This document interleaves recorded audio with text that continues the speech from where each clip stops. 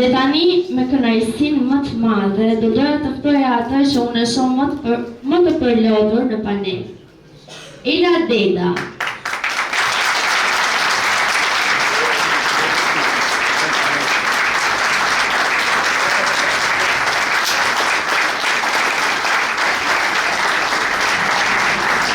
Faleminderit zëja Ela, kënaqësi t'ja shënë.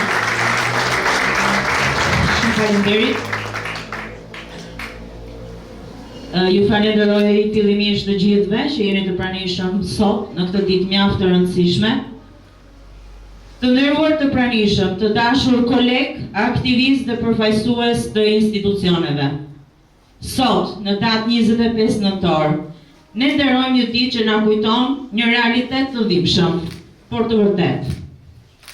Dhuna ndaj grave nuk njeh kufi, nuk njeh status, nuk njeh moshë. Ajo vazhdon të jetë një nga shkeljet më të përhapura të drejtave të njeriut në botë. Si kriminologe në shoqatën e gjatë, unë çdo ditë përballem me histori që tregojnë se dhuna nuk fillon gjithmonë me një goditje. Ajo nis me një kontroll të heshtur, një fjalë që nuk thuhet drejt, një izolim që justifikohet, një kërcënim i maskuar si përkujdesje. Shpesh neshemi me gra që vite me radhë kanë mbajtur peshën e frikës duke menduar se nuk kanë rrugdalje. Se askush nuk do t'i besoj, se dhuna është faji tyre. Dhe kjo është ajo plagë e thellë që duhet shëruar. Kultura e heshtjes dhe e fajësimit të viktimës. Në shoqatën e gjatë ne shohim një spektër të gjërformash dhune, psikologjike, fizike, ekonomike, sociale, dhe shohim një të vërtet të hidhur. Shumë gra dhe vajza vazhdojnë të përjetojnë dhunë jo vetëm brenda familjes, por edhe nga strukturat të organizuara, nga presione ideologjike apo izolime të detyruara që u shkatrojnë dinjitetin dhe jetën. Sot dua t'i drejtohem çdo gruaje që na dëgjon. Nuk je vetëm.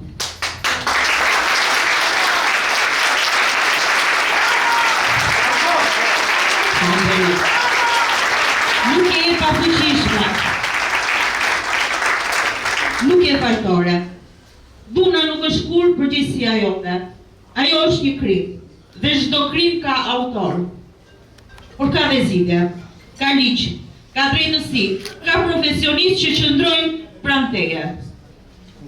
Dua t'u drejtohem edhe burrave dhe djemve që janë këtu. Ndryshimi nuk është një kërkesë vetëm për gratë. Ndryshimi fillon nga ju, në fjalët që përdorni, në mënyrën si edukoni djemt dhe vajzat tuaja, në mënyrën si flisni për gratë, si respektoni ato. Dhuna nuk luftohet vetëm me ligje, ajo luftohet me kulturë, me edukim, me shembull.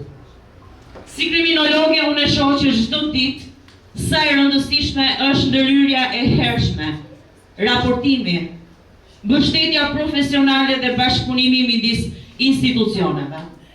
Por mbi të gjitha shoh se sa shumë vlen kur një grua ndjen se nuk është kurrë e vetme.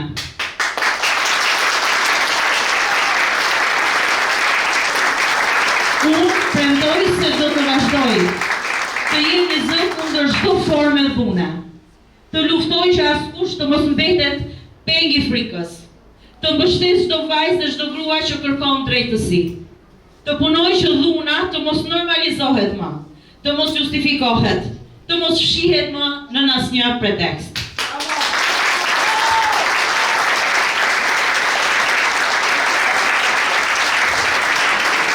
Sot kërkoj nga ju tre gjëra: solidaritet, butim dhe veprim. Le të jemi arsyeja pse një grua zgjedh të flasë. Le të jemi arsyeja pse një vajzë zgjedh të kërkojë ndihmë. Le të jemi arsyeja pse askush të mos jetojë më me frikë.